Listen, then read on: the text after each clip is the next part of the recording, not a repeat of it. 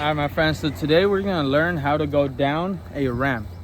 Now, for those of you who go down a ramp super easily, we're also gonna talk about how this relates to when you're doing tricks into a ramp or even just going down something with speed. How you need to be stable, what are some factors you can consider so that you just feel more comfortable when you add speed, when it's steeper, or when you're just not feeling so well and you need to be a bit more careful on how you're skateboarding. So for now, I'm gonna quickly talk about how a couple of sessions have been in a specific case, which is where I'm teaching the skater how to drop down with stability. And so I'm gonna quickly go over that. So we usually don't start on a ramp this high because, you know, they're new into skateboarding. This is very fast compared to, you know, how they normally would be on the board. And so we're not starting here, but for the sake of the video, I'm just gonna use this as the obstacle. So at first, what I told him so that he can mentally just get ready is to keep these three things in mind, which is stay over the front foot, hinge at the hips, and look at where he's going, right? And so once he's here, now he can push and he's comfortable with some speed. So he slowly pushes himself, but as he's approaching the ramp, I repeat those things. Lean over the lead foot, look where you're going, and hinge. And then as he goes down, you know, that tendency to go to the back foot because of fear, you know, discomfort, whatever it may be, to go in the back doesn't happen. And you know, slip outs, you know, not being stable and feeling like everything was like you were hanging on for your life. None of that is present if you make sure that as you're going down the ramp, you stay over that lead foot, hinge, get lower, so that it allows you to get lower towards the board, and look at where you're going. So that inclination to lean on that back foot is less likely, because if you're just looking down at your board, it's easy to go to the right and slip. And so that's not something you want to do. Now, some things that you know are going to come across, or some newer skaters are going to come across, is just that like nervous feeling, that fearful feeling. And so what you want to do in that case is just get comfortable with starting in a smaller ramp. That might be something like you can't see it, but there's a small ramp that's like half this, or just starting at the ramp you're skating, get on there with that front foot, and as you hop on, you're not leaning to the back foot, instead you're staying over this lead foot and staying engaged. So the other way it would look is, you can go over there, is if you were to get on and you lean towards the back foot, you might be inclined to slip back. So in order for that not to happen, you want to make sure you're picking yourself up with this lead foot up. That way, you know, I'm engaged, centered over that lead foot. And as you feel comfortable and you don't have to be so fixated on your board, you can start to do that same thing by looking at where you're at, picking yourself up,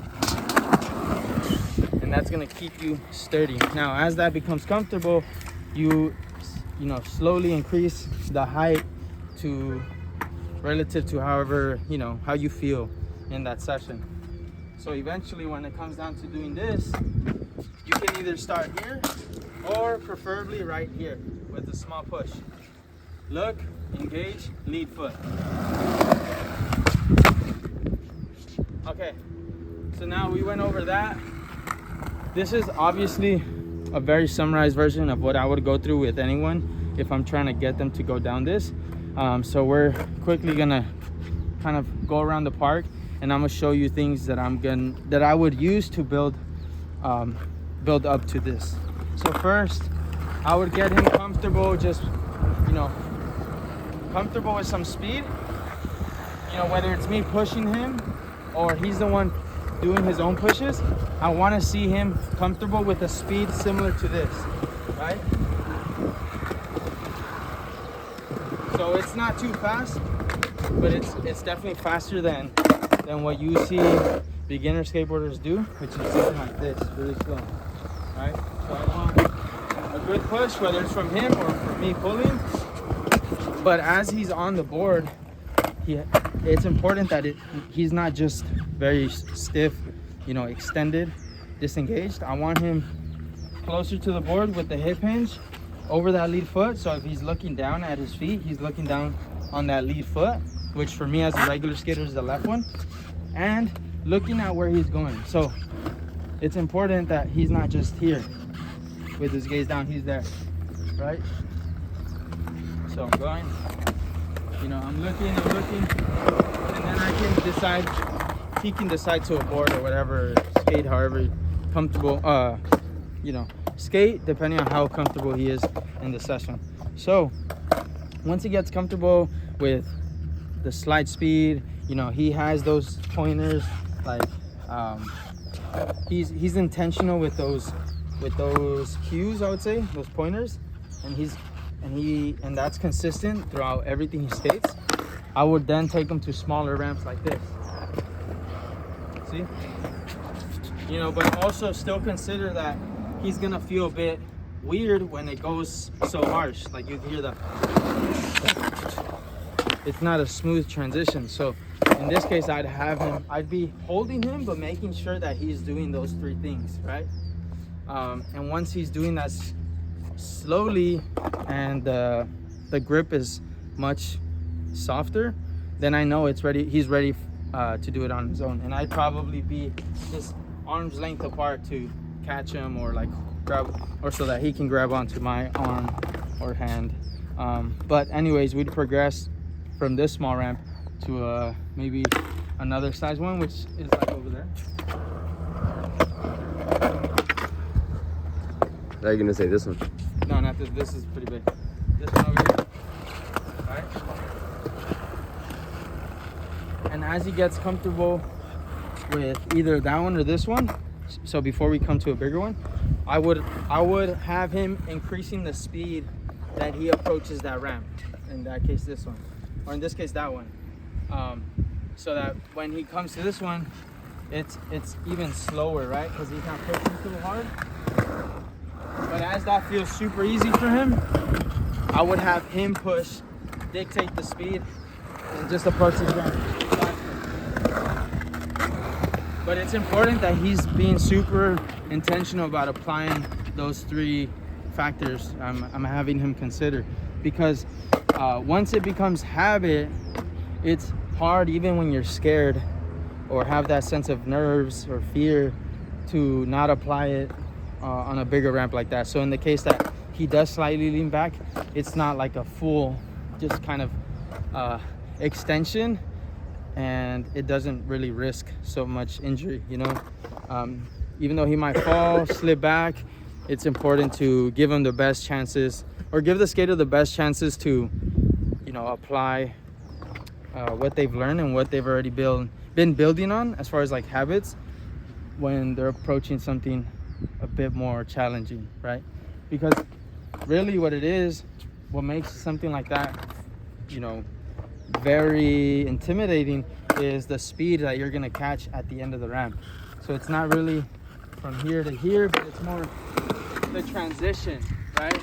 And that's where they kind of disengage. And so as long as they're engaging throughout the whole ramp, and I tell them, you know, start coming up if you want after you find flat at first, right? Because we're just learning. Obviously, you can kind of be a bit more extended. If you're a more advanced skater, you could just be, because the way I'm engaging is so much more you know, natural, fluid in my case, but I'm still engaging. I'm still looking at where I'm going. I'm still engaged with my foot, and I'm centered over that lead foot. So I'm still applying these things, but it's not as intentional because I already have those like little muscles that help me stabilize the way they need to stabilize when they first start in this way, right? Because they haven't built those muscles to be up here yet, you know, most times. If they're up here, they're very tense. It's better for them to be lower and more stable, closer to the board. But okay, so we kind of covered how we would approach, you know, just going down a ramp for a beginner and for someone who wants to be a bit more stable down bigger ramps. It changes up a little bit when you're doing something like a quarter pipe. That's not really a quarter pipe, but it kind of is also. It's like a fusion between a ramp and a quarter pipe. So that's kind of a different, slightly different approach. We're not gonna, you know, get to that, but what I will say is, if you're trying to learn tricks into this, or even just a simple, you know, a lift of your nose, right? Whether it's a lift of your nose to maybe an ollie,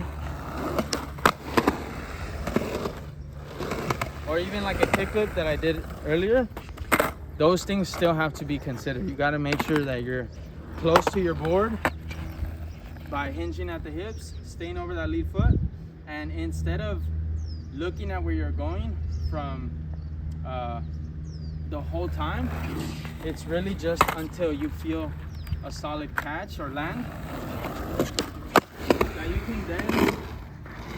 you could then direct your gaze to the direction you're going, you know. So instead of looking at where you're going the whole time, you transition from your foot that you need to focus on to the direction you're going, right? A lot of times when people are doing tricks or even just like riding into ramps real quick, they forget to engage, and what happens is they extend too early. Now look at the whole body. Instead of staying low here, to being able to flick and staying low throughout the whole trick, they simply just engage too early. So, I mean, disengage too early. They'll go up and kind of be straightened out, and that's just a recipe for very scary attempts. You know, you want to make sure that you're confident with your trick, and the way you get a confident trick into the bank is a very similar way you would get a confident snap trick on flat ground, making sure you're engaged the whole way. You start low and you end low. So kick flip, I could do one like this where I'm extended, doesn't really pop, or I can do one where I get a bit lower, you know, I snap and then I come back down to absorb that impact smoothly. You can do both on the ramp, but I found if you practice getting a stable pop by making sure you're low and end low, that transitions much better when you take it down, you know, bigger ramps than if you were to just kind of do like a very disengaged flip like this. Whoa. Almost ate it right there. Saw that? Yeah. So it's just it's not as efficient. You know, there's more room for error in that case. Definitely everyone has their own style with skateboarding. Some people do more loose kickflips. So I'm gonna do a loose kickflip, for example. But that's still, you hear the snap.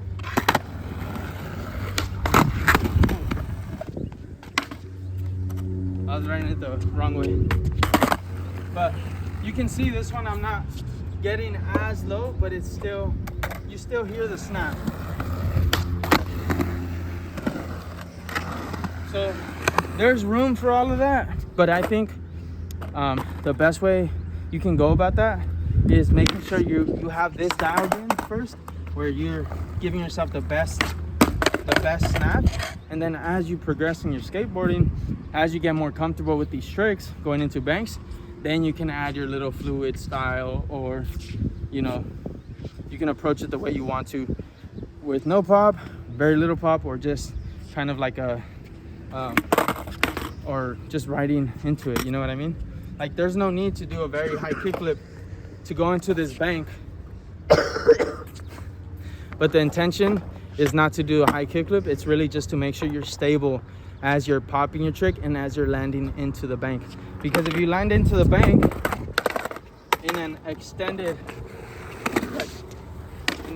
posture, you okay?